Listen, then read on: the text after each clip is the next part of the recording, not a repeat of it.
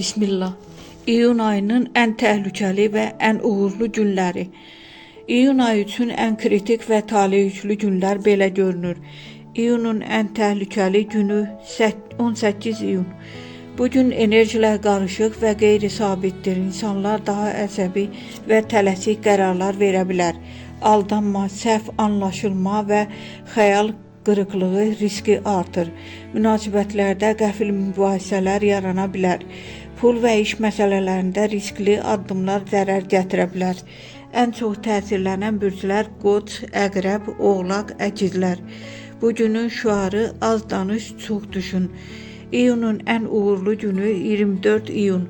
Bu gün şans enerjisi açıq olur və fürsətlər çoxalır. Yeni başlanğıclar üçün ideal zamandır. Pul, iş və sevgi sahəsində uğurlu təsadüflər baş verə bilər. Tanışlıqlar və əlaqələr gələcək üçün faydalı olacaq. Risk edənlər daha çox qazanacaq. Ən çox şanslı bürclər Oxatan, Boğa, Dolça, Tərəzi. Bu günün şüarı cəsarət et və götür.